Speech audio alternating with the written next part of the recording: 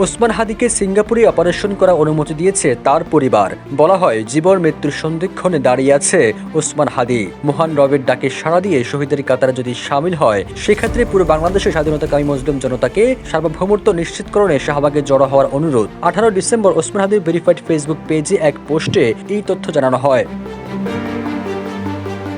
ওই পোস্টে আরো বলা হয়, খুনিরা গ্রেপ্তার না হওয়া পর্যন্ত আমরা শাহবাগে অবস্থান করব এবং পুরো বাংলাদেশকে অচল করে দেওয়া হবে। খুনি যদি ভারতে পালিয়ে যায়, সেক্ষেত্রে ভারতের সরকারের সাথে আলোচনা করে যে কোনো মূল্যে তাকে গ্রেপ্তার করে ফেরত আনতে হবে।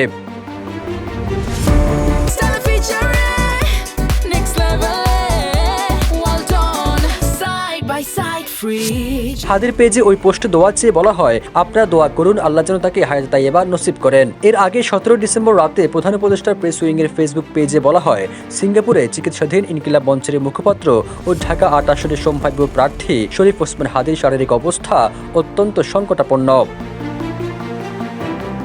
গত 12 ডিসেম্বর রাজধানী বিজয়নগরে প্রকাশ্যে গুলিবিদ্ধ হন শরীফ ওসমান হাদি। পরে গুরুতর আহত অবস্থা থেকে দ্রুত ঢাকা মেডিকেল কলেজ হাসপাতালে ভর্তি করা হয়। এরপর নেওয়া হয় রাজধানী এবারকেয়ার হাসপাতালে, সেখান থেকে নেওয়া হয় সিঙ্গাপুরে।